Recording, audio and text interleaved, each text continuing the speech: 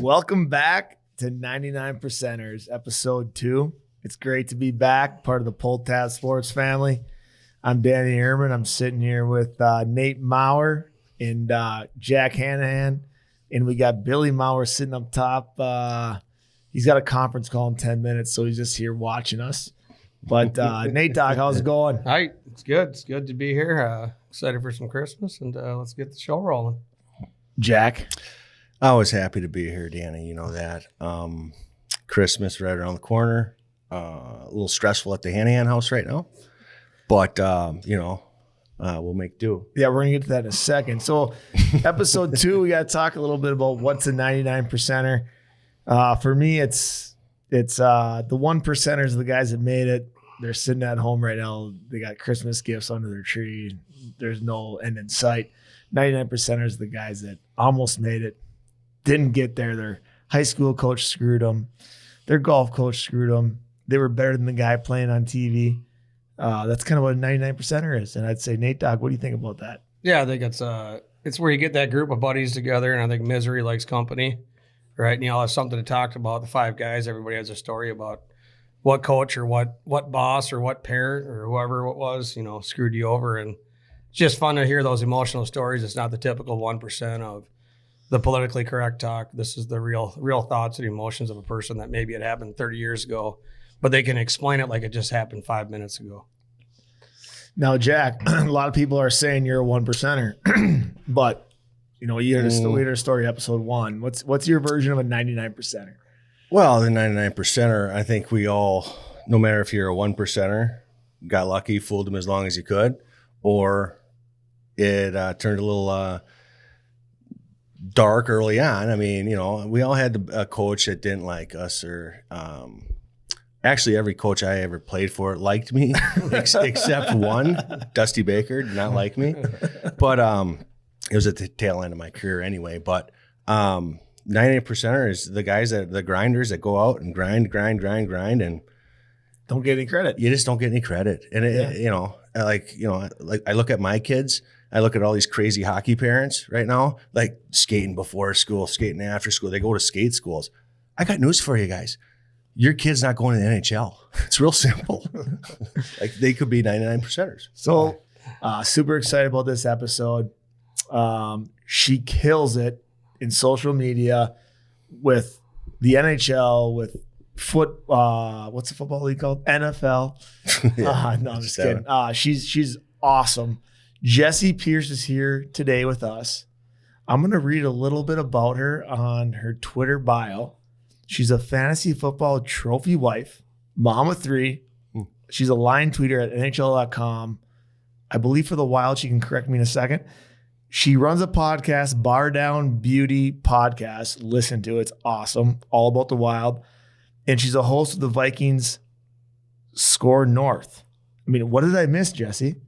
I mean, you fumbled through it like the Vikings tend to do once in a while, but you nailed it mostly. I'm really proud of you. That was pretty good. Well, welcome to the pod. Thanks for coming. I'm super excited. I had told you guys before we hopped on that this is one of the most fun podcasts thus far I've been a part of, and I mean it. Yeah, I'm not just saying that. So far, so good. No, I'm super excited to be a part of it, though. So here again, this is our second guest, and people are going to be like, she's a 1%er, just like Jack. But guess what? Jessi's got a story. You got to wait till the end to hear the story. Before the story, we're going to kind of dig into Jessi's background and what she's done and how she's been so successful and all of that. So I guess I'm going to start with the fantasy football trophy wife. Okay, so you said you beat your husband 2 years in a row? Yeah. Is there anybody else in the league? Yeah. Oh, I see what you did there, Danny. And now I take it back here. This is not my favorite podcast I've ever been a part of. Yes, I just happen to get lucky sometimes. I get a good quarterback in there once in a while that really carries me through. This year, not so good. Kyler Murray was my quarterback, and that hurt prior to him getting injured. I was done over it.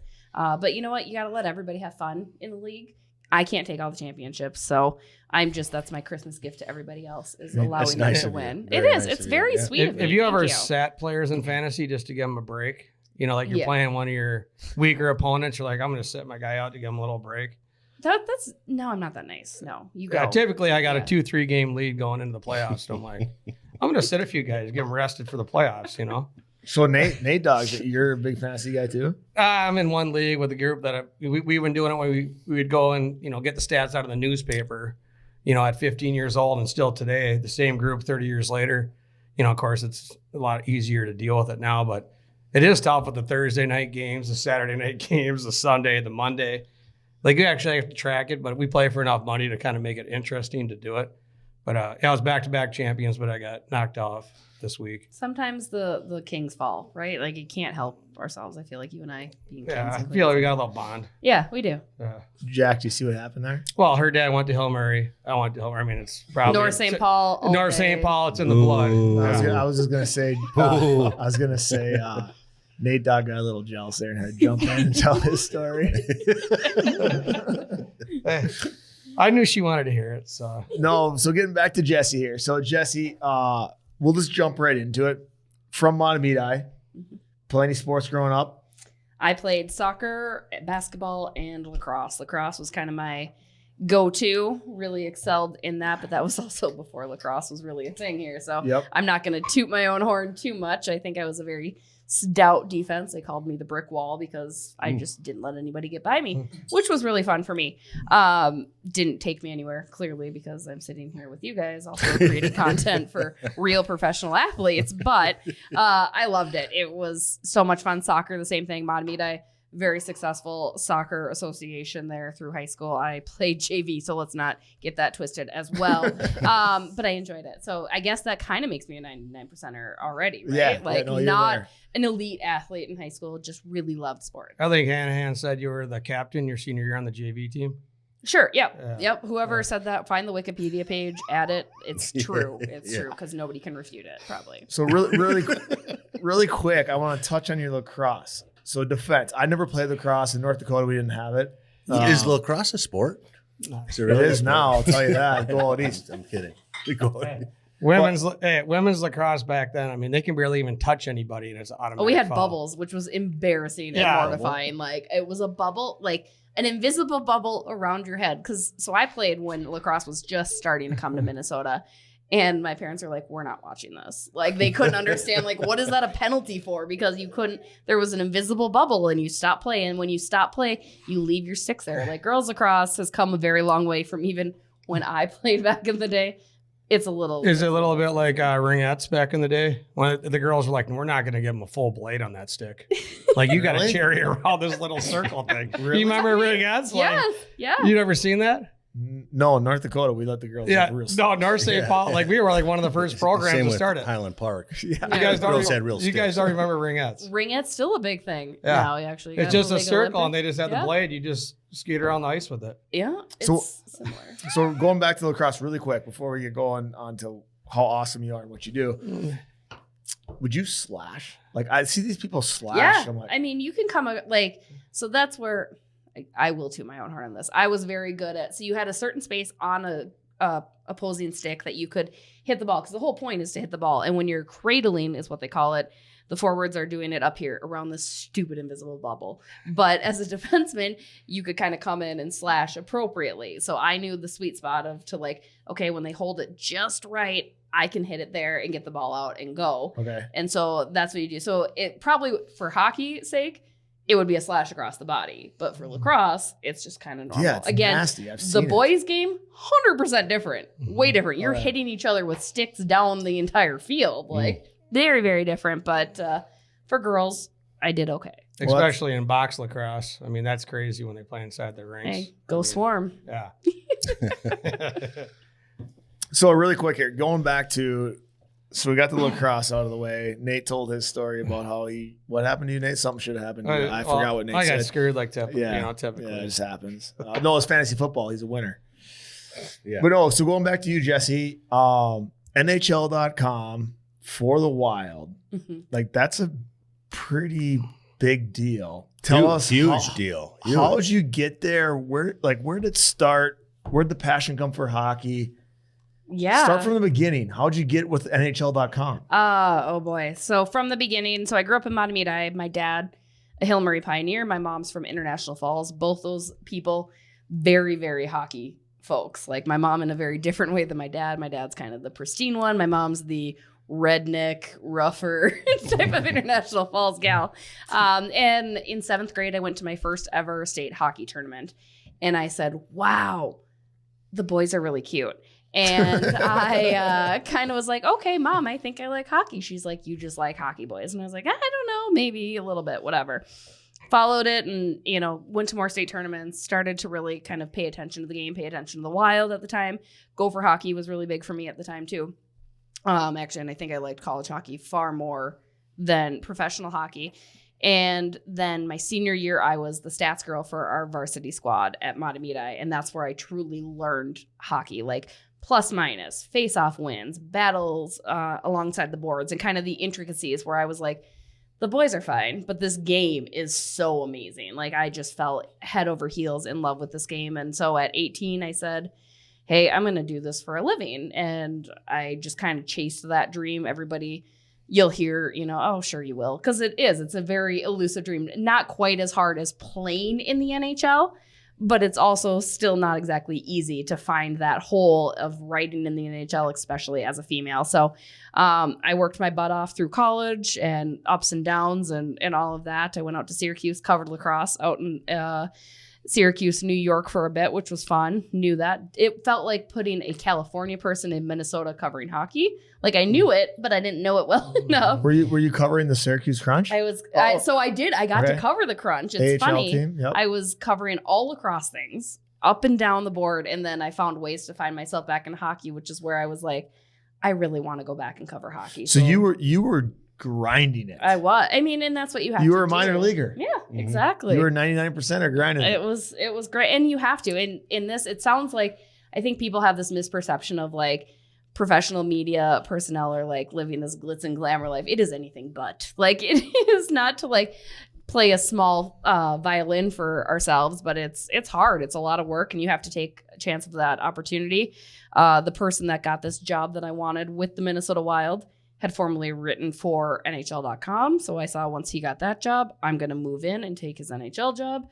Sure enough, it worked out because it was September and they needed somebody immediately and I was available. And I've been there ever since. No, that's a pretty cool story. And that's a quick version because I feel like it is a grind. Like me, Jack, Nate hasn't, but we've been on the other side of it where somebody wants to talk to you and you don't want to talk to them. And like you have to do your job, but you got the athlete who he might be being a dick at the time, doesn't want to talk to you, but you have your job. It's a tough deal. I was never like that. Jack never was. I could see Nate Dogg being like that a little bit. I'm too tired to talk, I'm Nate, I'm too tired to talk. Goal and assist. Goal and assist. Yeah. Goal and assist. My cell phone number is 651. I'll be down at Billy's Long Bar. We'll talk then. No, so you're with NHL.com, working with the Wild. We had lunch today, and so Jack had a question today about why do NHL players have changing locker rooms? It's just crazy to me. Seems like a waste of money. Like, why? And I grew up in a locker room. Baseball locker room. Correct. That's different than a hockey locker room. Yeah, well, real see, sport. I feel like you should call the hockey locker room the dressing room because that's actually appropriately what. Then you can differentiate, right? We have a dressing room. We have a change room. That's what confused me. Yeah, we have a change room. Let's change before we go into our locker room. Makes no sense. So what did you do as a player? I walked in to the locker room and I walked to my locker, threw the rugs on, nut cup, got ready to rock and roll. 7:00 game, usually got there about 2:30. I don't know about these soft hockey players these days, but and then a little hot tub action, little eye wash, pumping some iron, and then little flips in the cage. Batting practice 4:15-ish. If you're the home team, if you're away team, it's a little later. Come back in, hit the shower, get the uni on, game on, and then when your game's done, you shower, you get your clothes that you wore back on in your own locker room. So hold on, stop right there. So when you were in the bigs, would there be female reporters in the locker room as you were changing, getting naked? Yeah. Oh yeah, all the time. I don't think Hannahan had to worry about them interviewing him. I don't think he was super concerned about. Jack was walking around naked. Hannahan's like, hey, I'm over here if you guys want to talk to me. They only talked to me when I had like 2 errors and struck out 3 times and lost the game. So I guess that's for Jessi. That's kind of being a reporter like you are. We don't have to go here if you don't want to, but like you walk into the Wild locker room, they have a change room, right? So like you don't have to see what Jack is talking about for baseball. You do. I mean, it's different, right? So the Wild as the home team. So I only cover the Wild home games, right? And I'll go into the visitor room because as NHL.com, I have to cover both teams. So the Wild room, it's obviously pretty clean. Like everybody has their way. The showers are completely down the hall. They're very separate from where everything is. Visitors room, they have like a curtain, which is sometimes closed, sometimes not closed. It depends, and it depends on the team if they have female people or not. A lot of teams don't, so they don't think about it. And then I hop in there and I'm all like, "Hi," and they're like, "Oh," and close the door quick. I will never forget the first time because I had covered mostly college sports and I got an internship right out of college with USA Hockey, and they had sent me up to cover an American visiting from Colorado or whatever it was. And it was the first time that there was no heads up, hey, a girl's coming in the room. It was just like, here you go. And I remember being so overwhelmed. I don't know if that's the right way to say it, but because I'm 22 years old in this room, and I was just like, this job's awesome. Yeah. I call my mom. She's like, are you okay? And I'm like, I think so. That was just a lot to handle at the time because I want to be respectful, and I want to, it was never an issue of that necessarily. It was just kind of being a professional and figuring out how to handle all of that. Because again, the guys weren't trying to do, show off by any means, but it was different. So as a woman, that is always different. I remember there was a Toronto Maple Leafs reporter who I adore, sweet, sweet man. And there was one time when one of the Maple Leafs players had walked in my periph and I turned and I think he caught it and he's like, oh, must be weird to be a woman in here. And that was the only time I've ever felt. And I was like, well, I'm just trying to again, always be respectful. I'm not trying to sit there and you're a pro. You're established pro. I'll move and that's fine. And and I don't think he meant anything by it. I think he was just trying to make conversation. But that was one instance where I was like, I am a woman here, and that's not common nature for certain things. So. But no, is there anybody you're kind of starstruck, you went and interviewed and you're kind of like, wow, I'm interviewing this person, or someone you've always wanted to interview or talk to? It's funny because as I've gone along in my career, it's kind of become second nature, which I hate a little bit because I wish, there are times when I talk to Alex Ovechkin and Sidney Crosby and Connor McDavid where I'm like, these are the best players. I still want to interview Wayne Gretzky. I'm so much old school. I remember my highlight of my time is I was covering a premiere for the 1980 Miracle on Ice team. And I got to take shots with Ba Harrington and Buzzy Schneider. And they're like, you want to do a shot? And I was like, this is the greatest moment of my life. I'm much more into the old school hockey as opposed to the new. That being said, I do have to remind myself how cool it is to be able to interact even the slightest with some players. Kirill Kaprizov is another one, right? He is a bona fide superstar in this National Hockey League. So there's always those moments I just have to remind myself of them because in the midst of trying to be so professional and trying to be not starstruck, I have to remind myself 18-year-old Jessi would be freaking out right now. Well, 18-year-old Jessi didn't have the social media platforms to No, I'm saying we didn't have the platforms of Michael Jordan played on Sundays. Yeah. Right? We only had instances to see these people. So we only had those opportunities. Now it's a dime a dozen to hear an interview with Connor McDavid or all these guys. I think that back then we only seen them a couple times. Yeah. So I made them bigger than what they were. Right. Yeah. Because you look at Connor McDavid, that guy's ridiculous. He paid back in the 80s with the goaltending back in the day. I mean, the guy would have lit it up for 200 goals a year. Yeah. Seriously. So, okay, Jessi, so we're talking about the Wild right now. I guess before we go on to the next topic, who's winning the Stanley Cup? Oof, Boston. I think it's got to be holy cow. I knew Boston was going to be good. They have a plus 50 goal differential right now amongst their opponents. And it's still early. I mean, it's still early, but come Thanksgiving, that's when you kind of weed out who's who, who's what, whatever. And that's no disrespect to Colorado because I think at the beginning of the year I said Colorado for sure could be a team of dynasty. They've just been plagued with so many injuries. I'm sure once they get healthy, it's going to be a very scary team. I wanted New York Rangers. I love me some Igor Shesterkin. I am a huge goaltending fan. Like, good goaltending will take you everywhere. But Boston, for me, I just think it's going to be very, very hard to take them down. I think in general, the East, it's probably coming out of the East this year.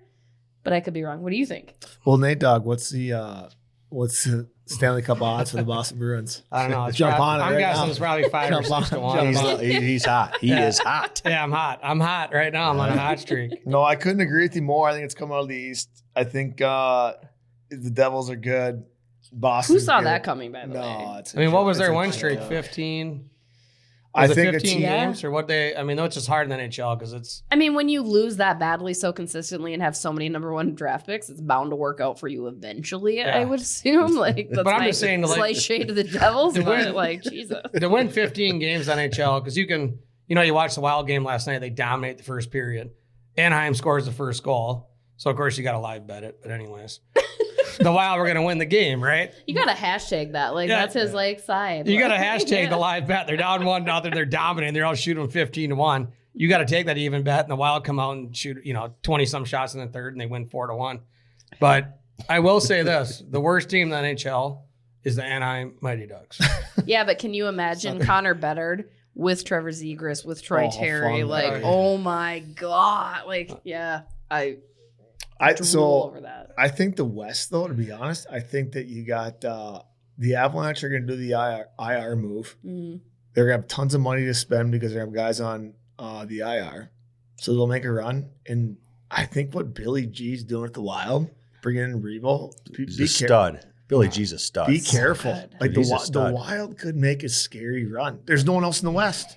How many years have we been saying that? No, I've Like, never. I say it every year. Like, this year, like last year was the biggest disappointment that the Wild have ever given me, with 2017 being the second most, because that was the second most points too. Like, they had all the pieces in place last year too, and you still can't get out of that first round. Like, I don't know. But they're doing this with the Parisi and Suter contract. That's one hell of a GM, Yeah. one hell of a coaching staff to do what they're doing with what they have on the back cap space. I mean, it's Yeah, for sure. To play devil's advocate to Jessi really quick is the previous years, they're not getting by the Avalanche. They're not getting by the Blackhawks.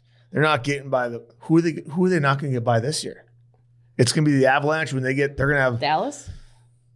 I guess I haven't watched enough. Dallas is good. You're right. You know, Jake Ottinger is a phenomenal goaltender. Little hashtag but one of us, Minnesota. But Dallas, they think they're a big sports place. I lived there for 6 years. Although that would be sweet irony for Minnesota to beat time. Dallas. That'd be unbelievable. Yeah, right. Could you imagine we're gonna have the Super Bowl and the Stanley Cup in the same year? Captain Kirk. You just jinxed us. Yeah. Oh, me. I jinxed it. Vikes are getting out in the first round, so is Minnesota Wild. I mean, Like, hey, go Twins. While you're here, I'd like to, what's your perspective on Kirk Cousins? MVP. Mine. Not a chance. It's hard to argue. Like, statistically, this is even his best season, right? Like, that's what's crazy.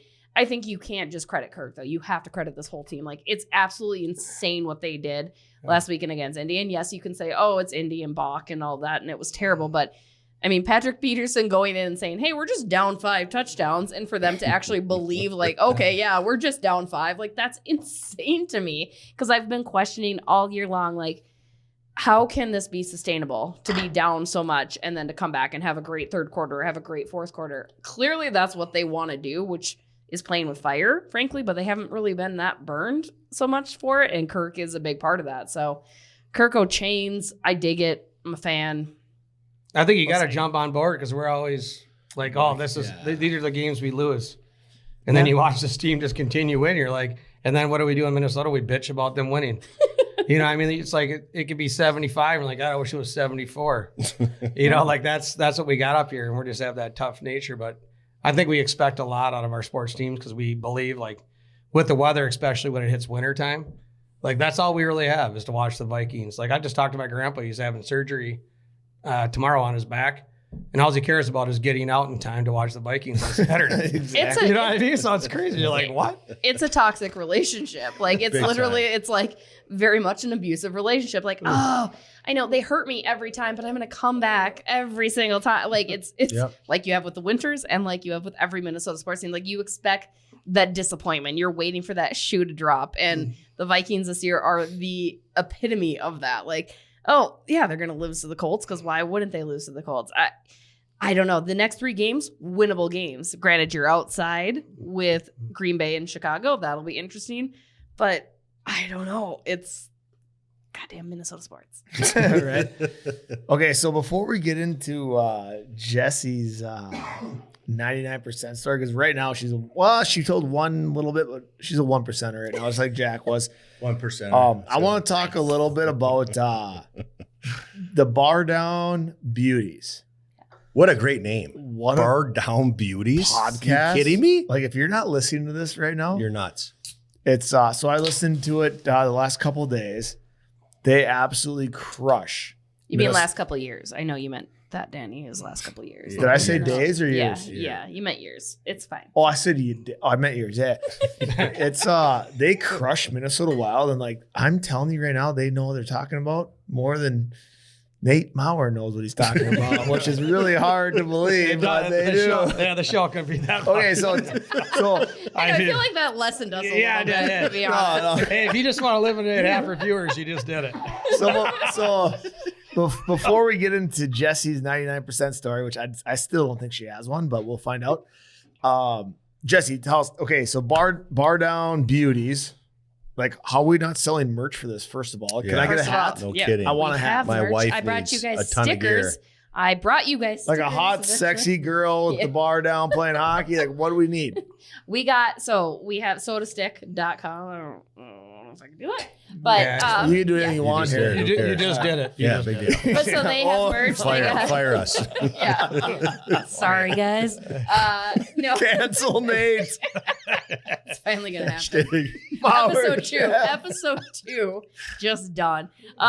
Make sure I get out though. It's a Make sure quick this one. one comes out with me. No, we do have some merch. We've got stickers. We got live shows. I love it. It was My something. kids love stickers. Yeah, right. I know who doesn't. No, I want a hat. I get you a hat. Yeah. It's a dad hat. So No, there you like go. I He's want a like, dad. I want like a flat there you brim, go. flat brim. Oh, we have those cute too. logo. Yep. we Wear got it. backwards like Nate Dogg was earlier. Yeah, we have it all. It's great. We started it within a week because apparently somebody thought that I was kind of fun to listen to when I was chirping the wild, and they were like, "Do you want to do a podcast?" And I was like, "Yeah, why not?" And here we are, 4 years later. 4 years. Yeah, Good it's for you. wild. Yeah, That's so Good for you. cool. Congrats. Yeah. It's Awesome. awesome. yeah, it's crazy. It's one of those things that, as you guys will learn and know, you just keep doing it, keep pushing yourselves in everybody's face, and eventually, like I've had so many people like, "You really grew on me." I'm like, I'm not sure that that's a compliment, but thank you. Like, I'm you- super you- thrilled. Like you were, you were Yeah, horseshit the you're first like 2.5 that wart. years. You're like that wart that Yeah. I couldn't get rid of. I'm like, I know. 2.5 I'm years. here. And I'm So- not going anywhere. Yeah. So you obviously been like, this is like a dream come true to finally get on 99%ers at Pull Tab Sports. Exactly. I mean, Like you're finally gonna get some followers. made it. Something's You gonna- made it. Yeah. it's like, check it off the top of the list. You know, when I said I wanted to work in the NHL, it was really so I could come on this podcast. Yeah. Like, I was like, maybe they'll finally notice me. Yeah. All right, Jessi. So, how are you a 99%er? Fill us in how you Oh, my got screwed. What something goodness. happened to you? Was it hockey? Was it, or you didn't play hockey? Was it lacrosse? Was it soccer? Basketball. I mean, you know we're what? Curious. I didn't tell you guys. I did get screwed over in basketball, but we'll turn a page. My 10th grade basketball team, where I thought I was an exceptional basketball player. You guys remember the movie Love and Basketball? Yes. Yeah, Great I was gonna movie. live that dream. I was gonna go to USC. I used to write my number on the shoes. Oh, Like yeah. that was gonna be my dream. Turns out at 5'6", you cannot be a post player anymore, which was something I've done my entire career. So there was that. 10th grade team, sweetest coach ever at Matamidi. And he makes some cuts, and he cuts 3 girls. And one of these girls was, honest to God, the nicest, sweetest girl. She just wasn't good at basketball. That's fine, right? You're in 10th grade. You are in 10th grade. You take a cut and you're done. It's fine. Whatever, move on. She shows up at practice the next day, and we're all kind of like, this is really fucking awkward. So wait, she got cut? She showed gets back cut, up? She's back at practice. Gamer. Oh. I like her already. Gamer. Her I want her on mom, my Get some. team. I Let's want her go. on my team. her mom is on the board Uh-oh. for Oh, basketball. shit. That changes Guess everything. who got cut No. the day after? No way. No, you didn't. Yeah, now that's After I did That's one-on-one with the bullshit. coach at practice too, I was like, oh, he's for sure gonna move me up to like top 5. Like, I mean, I schooled him down for a layup. It was beautiful.